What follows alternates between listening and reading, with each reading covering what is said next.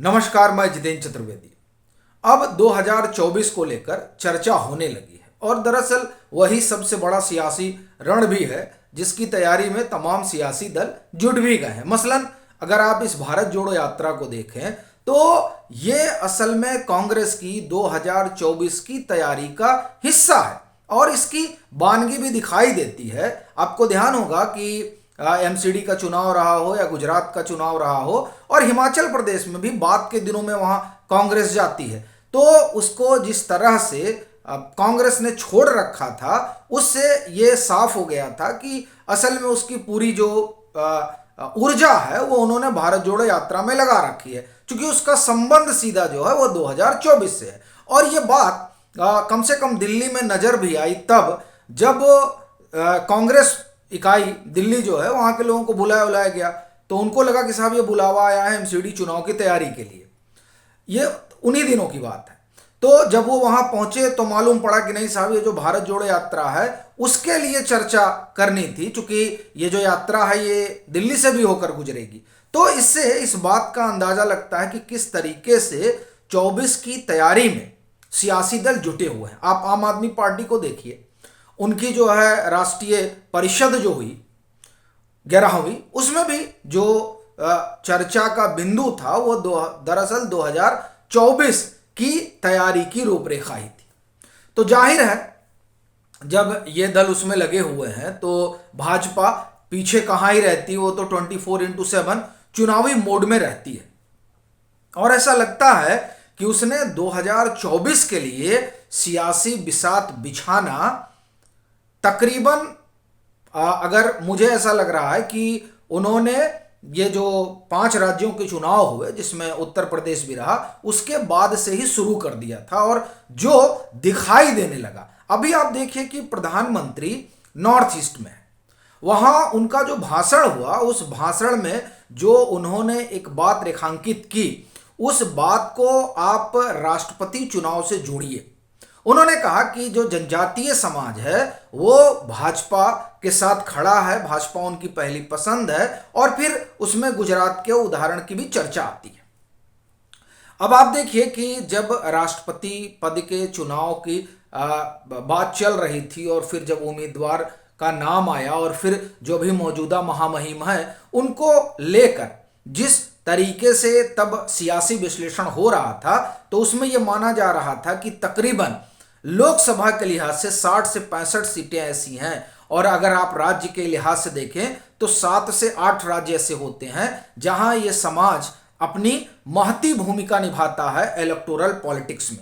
तो अगर उसको आप गौर करें और उस लिहाज से भाजपा की तैयारी देखें तो असल में 2024 के चुनाव से 2 साल पहले तकरीबन ही भाजपा 2024 के अभियान में लग गई थी। और अगर थोड़ा और पीछे आप जाएं तो यह भी बात निकल कर आती है कि दरअसल जिन 100-125 सीटों पर भाजपा बड़ी कमजोर रही उन सीटों पर कमजोरी के क्या कारण रहे और कैसे उन्हें दूर किया जाए और किस तरीके से वहां पर अपनी सफलता बढ़ाई जाए, उसे लेकर भी जो रणनीति है भाजपा की, उससे भी ये लगता है कि कमोबेश तैयारी तो उनकी चल रही ही है काफी लंबे समय से। फिर अभी आप देखिए कि ये जो संसदीय बोर्ड का पुनर्गठन हुआ, यह पुनर्गठन भी कई तरह के संकेत देता है। खास तौर से अगर आप देखें तो मध्य प्रदेश और कर्नाटक और नॉर्थ ईस्ट के लिहाज से, और पीएम नॉर्थ ईस्ट में ही रहे आज, जहां उन्होंने तमाम विकास परियोजनाओं का को आप एक तरह से कहिए कि वहां के लोगों के नाम समर्पित भी किया। और यह भी एक संयोग तो नहीं होगा कि इधर त्वांग का मामला उठता है और उधर पीएम जो है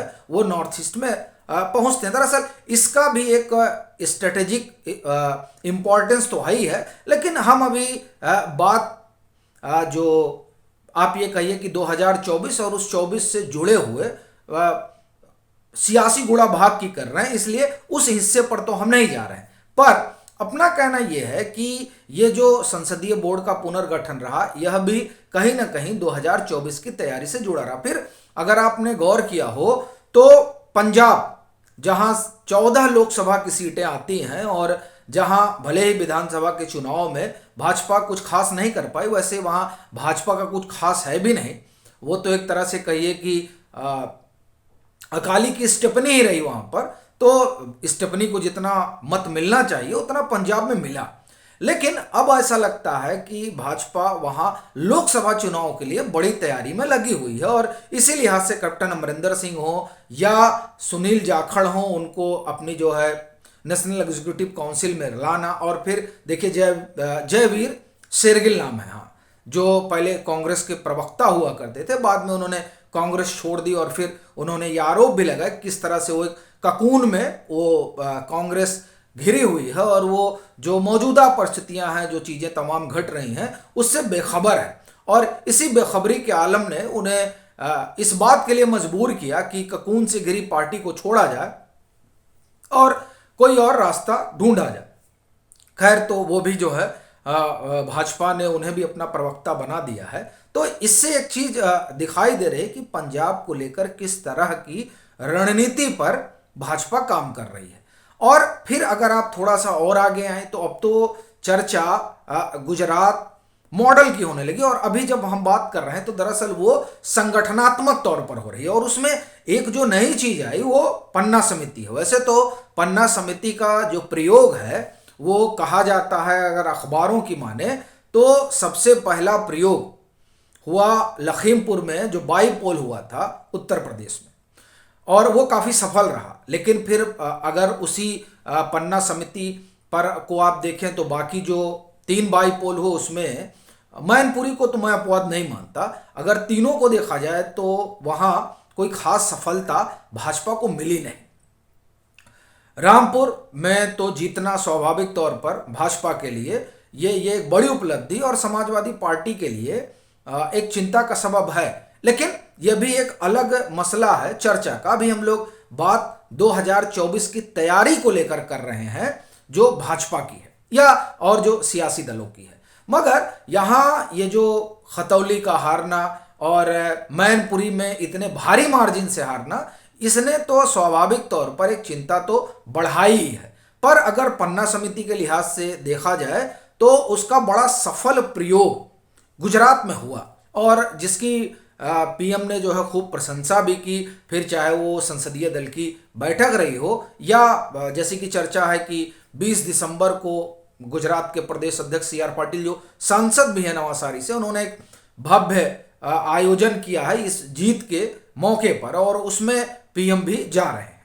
तो ये तो एक खबर है। लेकिन ये जो संगठनात्मक बदलाव और संगठन में नई स्ट्रेटजी, ये तमाम चीजें बताती हैं कि दरअसल भाजपा किस तरीके से आगे बढ़ने में लगी हुई है। आप दिल्ली देखिए, दिल्ली में जब MCD भाजपा हारती है तो वहां पर भी बदलाव की बात हो रही है। और मुझे ऐसा लगता है कि जो भाजपा का कोर है वो उसकी आइडियोलॉजी और वो है हिंदुत्व। उस लिहाज से अगर देखें तो मालूम पड़ता है कि दिल्ली में अध्यक्ष पद का निर्णय उसी लिहाज से होगा। वह इसलिए चूंकि अगर सामाजिक समीकरण के आप को देखें तो उस सामाजिक समीकरण पर तो भाजपा पिछले आप ये समझिए कि 20, 22, 30 सालों से तकरीबन वहां काम करती रही है। लेकिन 98 के बाद अगर आप देखें तो उसे कोई बहुत सफलता नहीं मिली है इन तमाम सामाजिक समीकरणों के बाद भी।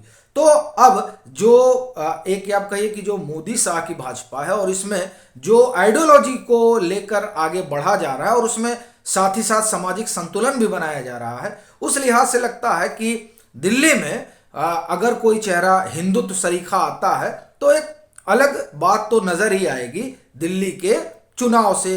दिल्ली के नजरिए से अगर देखें उसमें कपिल मिश्रा का नाम चल ही रहा है, बाकी और भी नाम चल रहे हैं। अब क्या होता है तो बात की बात है। पर 2024 के लिहाज से जो भाजपा तैयारी कर रही है, उसने जो बिसात बिछाई है, उससे ऐसा लगता है कि वो अपनी एक मजबूत उपस्थिति 2024 के सियासी रण में दर्ज कराने की कवायद में लगी हुई है।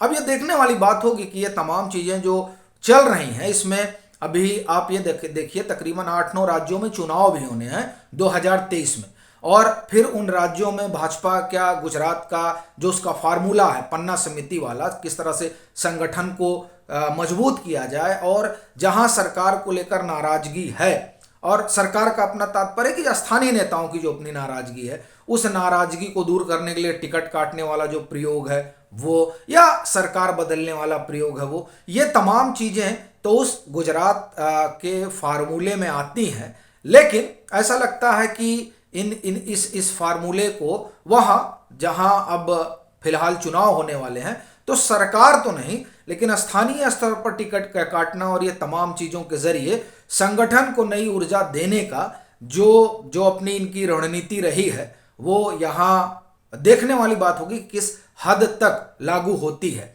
और किस हद तक उसके परिणाम सकारात्मक आते हैं या नकारात्मक आते हैं। पर 2024 के लिहाज से अगर देखा जाए, जहां चुनाव जो है वो नरेंद्र मोदी के चेहरे पर होना है, तो उस नजरिए से जो संगठनात्मक आप ये समझिए कि कील कांटे दुरुस्त किए जा रहे हैं, उन कांटों के दुरुस्ती को तो देखते हुए मालूम पड़ता है कि फिलहाल अगर चुनौती जैसी बात की जाए तो अभी तो नहीं नजर आती है। अब आगे सियासत है, क्या होता है ये देखने वाली बात रहेगी। अभी के लिए फिलहाल इतना ही। अगर आप मतांतर से नहीं जुड़े हैं तो जुड़िए, वीडियो को लाइक कीजिए, शेयर कीजिए और अपने सुझाव जरूर साझा कीजिए।